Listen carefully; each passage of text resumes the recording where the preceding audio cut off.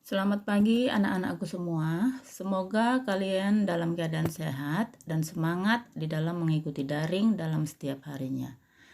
Pada hari ini kita akan mempelajari tentang persendian atau artikulasi.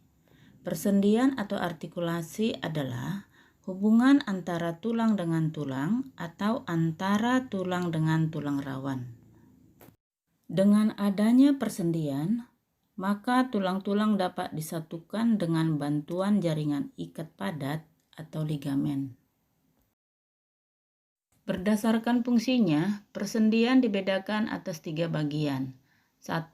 Sinartrosis atau disebut dengan sendi mati. 2. Amfiartrosis, sendi kaku. 3. Diartrosis atau sendi gerak. Yang pertama kita lihat sinartrosis atau sendi mati. Adalah persendian yang tidak dapat digerakkan sama sekali. Di mana sinartrosis ini dibedakan lagi menjadi dua, yaitu sinartrosis sinfibrosis dan sinartrosis sinkondrosis. Sinartrosis sinfibrosis yaitu tulang-tulang yang dihubungkan oleh jaringan ikat serabut fibrosa. Contohnya pada hubungan antar tulang tengkorak. Sinartrosis sinkondrosis yaitu tulang-tulang dihubungkan oleh jaringan kartilago hialin. Contohnya pada tulang rusuk dan pada tulang dada. Yang kedua, amfiartrosis atau sendi kaku. Amfiartrosis merupakan persendian yang pergerakannya sangat terbatas. Contohnya pada sambungan antara ruas-ruas tulang belakang yang dihubungkan oleh tulang rawan fibrosa. Yang ketiga, diartrosis atau sendi gerak adalah persendian yang gerakannya bebas. Biasanya terdapat pada tulang-tulang panjang dan memiliki mobilitas yang cukup tinggi. Terdapat beberapa tipe diartrosis, yaitu 1. Sendi peluru, sendi engsel, sendi putar, sendi pelana, sendi geser atau kondiloid, dan yang terakhir adalah sendi luncur. Nah, sekarang kita lihat tentang otot. Otot adalah jaringan yang ada di dalam tubuh manusia yang merupakan alat gerak aktif dengan cara berkontraksi atau memendek dan relaksasi atau memanjang. Nah, sekarang kita lihat dulu apa sebenarnya fungsi daripada otot tersebut. Pertama kita lihat menunjang gerakan berpindah tempat dari satu tempat ke tempat lain. Yang kedua, mendukung gerakan bagian dalam tubuh seperti gerak peristaltik pada saluran pencernaan, gerak denyut jantung, dan lain-lain. Dan yang ketiga, menghasilkan panas melalui gerakan mengerut atau berkontraksi otot. Nah, secara umum otot dibedakan menjadi 3 bagian. 1. Otot rangka, 2. Otot polos, 3. Otot jantung.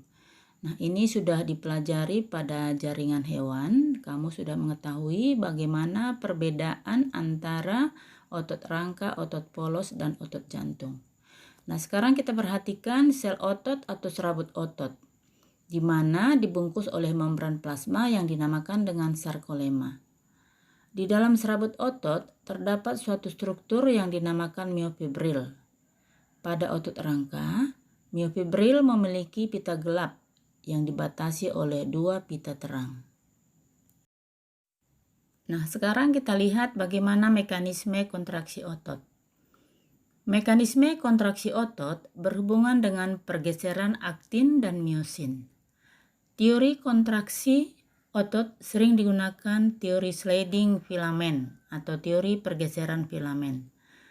Nah, di sini pada saat otot berkontraksi, filamen aktin bergeser ke bagian tengah sarkomer karena aktivitas miosin, sedangkan filamen miosin tetap berada pada tempat yang semula. Nah, sekarang kita perhatikan gerakan pada otot. Ini dibagi atas 2 kelompok. Pertama, gerak sinergis, dan yang kedua adalah gerak antagonis. Nah, sekarang kita lihat pengertian daripada gerak sinergis. Gerak sinergis adalah gerak yang selaras yang melibatkan dua macam otot atau lebih untuk suatu gerakan tubuh. Contohnya gerakan otot leher dan otot punggung. Yang kedua, gerakan antagonis adalah gerakan yang berlawanan antara dua atau lebih macam otot yang mengendalikan gerak pada suatu bagian tubuh. Contohnya otot bisep dan otot trisep. Otot bisep terletak di bagian depan lengan, memiliki dua buah tendon sebagai origo. Satu buah origo melekat pada humerus dan satu lagi melekat pada skapula. Sementara itu, insersinya melekat pada tulang pengumpil atau radius. Otot trisep memiliki 3 buah tendon sebagai origo. 2 buah melekat pada humerus atau tulang lengan atas, dan satu lagi melekat pada tulang belikat. Sementara itu insersinya melekat pada tulang hasta atau ulna. Nah, sekarang kita lihat contoh gerakan antagonis. Pertama, abduktor dan adduktor, yaitu gerakan otot menjauhi dan mendekati badan. Contohnya gerakan pada lengan atau tungkai. 2. Pronator dan supinator, yaitu gerak menelungkup dan menengadah tangan. Contohnya terjadi pada telapak tangan. Yang ketiga, ekstensi dan fleksi, yaitu gerakan meluruskan dan menekuk tangan. Contohnya gerakan memberi semangat pada temanmu. 4. Depresi dan elevasi, yaitu gerakan menurunkan dan menaikkan anggota tubuh. Nah, sekarang kita lihat kelainan dan gangguan pada otot. Pertama, atrofi, yaitu otot menjadi kecil karena lama tidak digunakan oleh virus polio. 2. Distrofi, yaitu otot menjadi menyusut. Ini merupakan karena penyakit genetik yang terjadi sejak lahir.